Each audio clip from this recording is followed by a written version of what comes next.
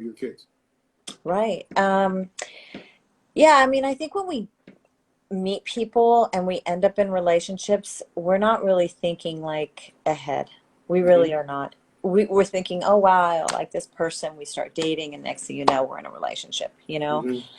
I never think that far ahead. But yeah, so I met Sean Wayans from the Wayans brothers, and I actually met him at an aerobic competition Okay. that I went to with Amy Fadley. We were Hmm. roommates at the time, and we went to look at what they were doing because an aerobic competition is a little bit similar to fitness. We still had to do the routine, and they were a little bit more advanced than us, so we would Okay. go and see what the new moves are. Okay. So we're in the audience, and Sean's friend was doing stand up during intermission. And so he Okay. went there with his brother, Marlon, and a bunch of his friends to support their friend that was doing stand up. So during intermission, um, one of his friends started talking to Amy, and as I'm just standing there waiting, out of nowhere came Sean. And Okay. we started talking, and he asked me for my number, and that's how it started. And I was actually getting ready for a competition at the time. I was competing. I was going to be doing the Night of the Champions in New York. Hmm. And so we kind of saw each other, but not a lot because I was fully into competition mode. And then I flew to Colorado where my choreographer lived, and we were working on my choreography there. Okay. And then from there, I flew to New York. And when I got to New York and I was on stage, I saw Sean come into the audience, and he surprised me, and he showed up at my show. And after that was the first time that I realized, wow, this guy really must like me because he flew all the way here to see me compete. Hmm. And I would say after that show was when we started seeing each other regularly.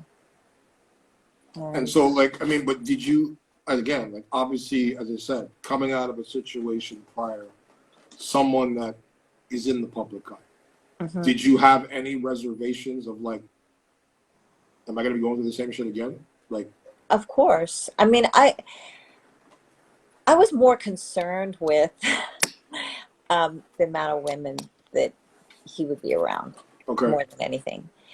But as I've gotten to know Sean, he's extremely private. You won't even find, you didn't find one thing about me and Sean dating until we split up after 3 kids. There was Hmm. never anything in the magazines written about us. That's how private he is. Um, so after getting to know him and seeing how private he was, I was like, oh, he's not like what I thought he was. Hmm. And yeah, and so we ended up having 3 children, 3 amazing, beautiful children. And yeah, I mean, dating somebody in the public eye like that is very difficult. That is on a different level than in fitness. That's hard. Even though Sean to me is just like a regular person. I don't really look at him as famous. I really don't. And none of his family, but it's hard when you're out. It's Hmm. hard when you're out and you're trying to go on a date and there's people coming up and trying to talk to you, or we're in the middle of dinner and somebody has to come up and say something and we can't get hardly any alone time. You Hmm. know, that was difficult. And the women were there. They were Well, around. I mean, I think that comes along with the territory. I mean, as I It said, like, does. being, Yeah. myself, I've dealt with those same issues per se. Number one, like, that of dating somebody and having to deal, as I said, because again, like, there's going to be women, there's going to be interruptions of people who stop you on the street and recognize you. Yeah. But for you, in the sense, I mean, already having, your own recognition and your own level of notoriety and being just a beautiful woman, you know, is there a flip side to that in the sense of like where, because again, like I think it takes not just a strong woman when you're in those situations. I think it's a strong couple to sort of say, okay, you know what, like, um, this is what we do. This is a job.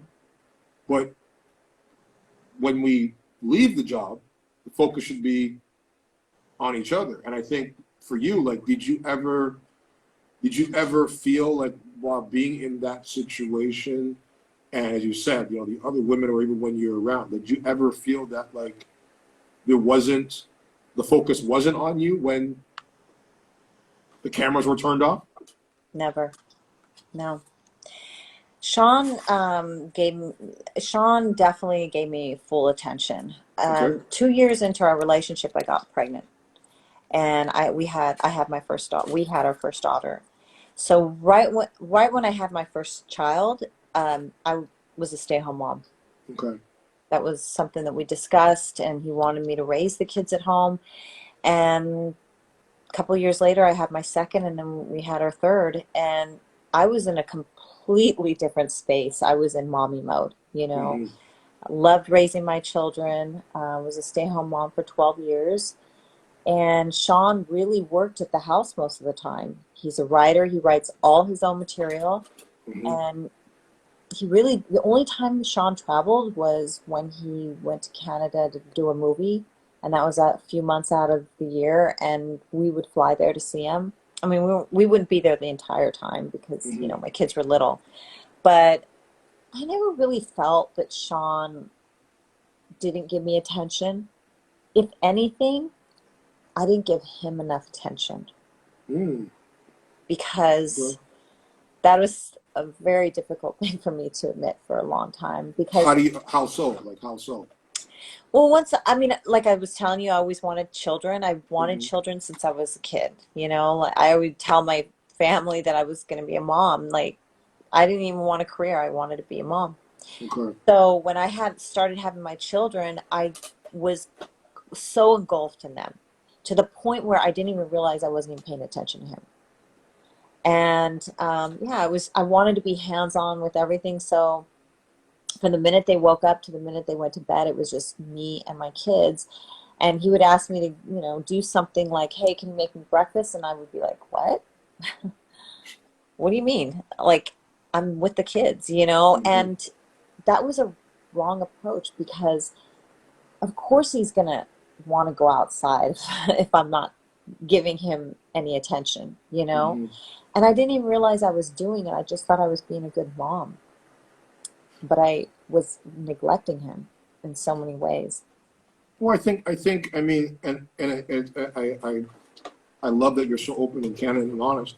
But I always believe, for example, like as I said, you know, when you uh, took that responsibility on to be the mother that stayed at home, and while he's out doing his thing, I think a lot of times for men in general, and even obviously men in my industry that Sean's in, is where they seem to forget at times that what you do is a job as well.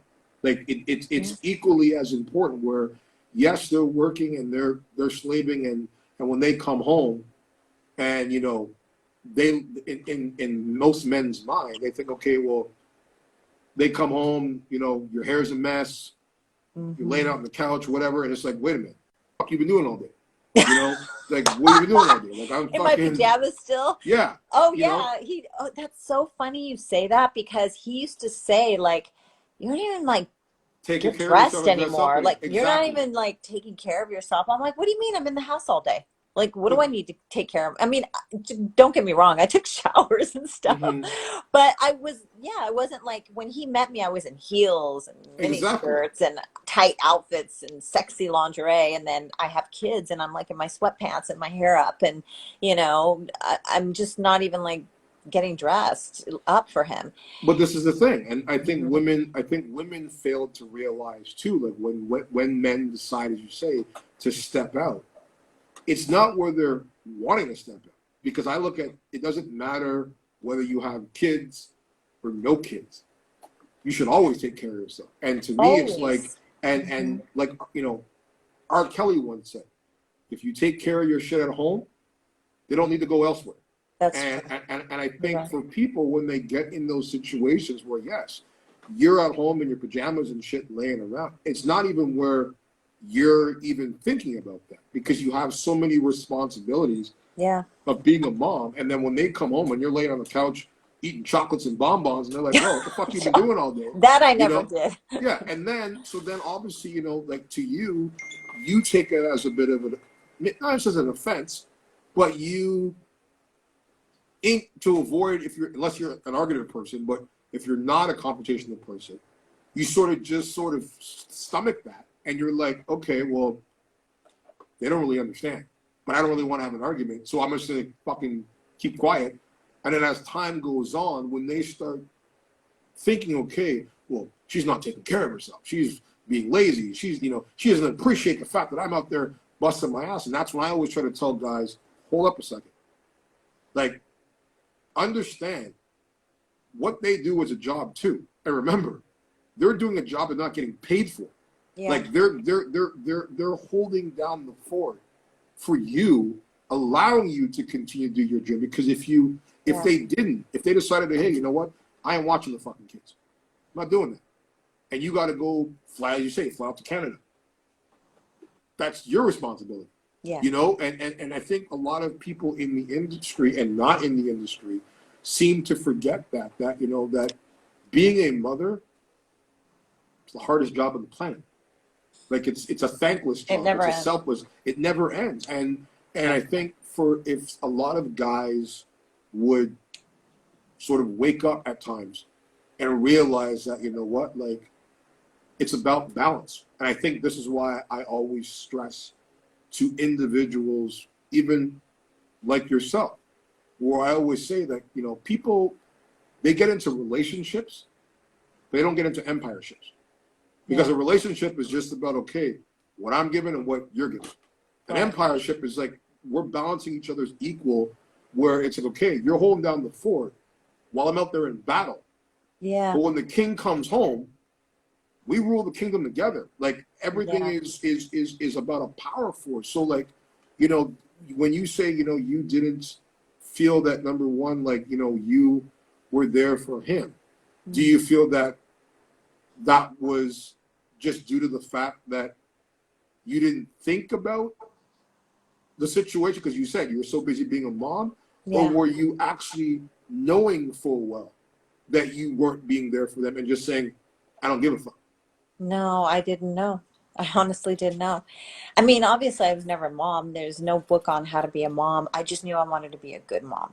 Mm-hmm. And not saying I didn't have a good mom. I did have a good mom, but she worked all the time, and I had the opportunity to be home with my kids, so I wanted to give them everything I did not get, which was the love and the affection and the attention. But Sean needed it too, and I just didn't see it.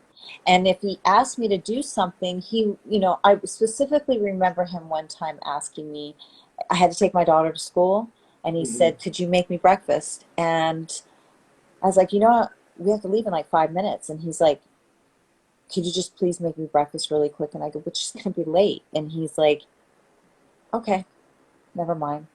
And I think he just wanted me to make the breakfast to, because he wanted me to show love towards him. And I had an attitude. And I was like, this guy, like, doesn't he see I have to take the kids to school? Like, doesn't even care.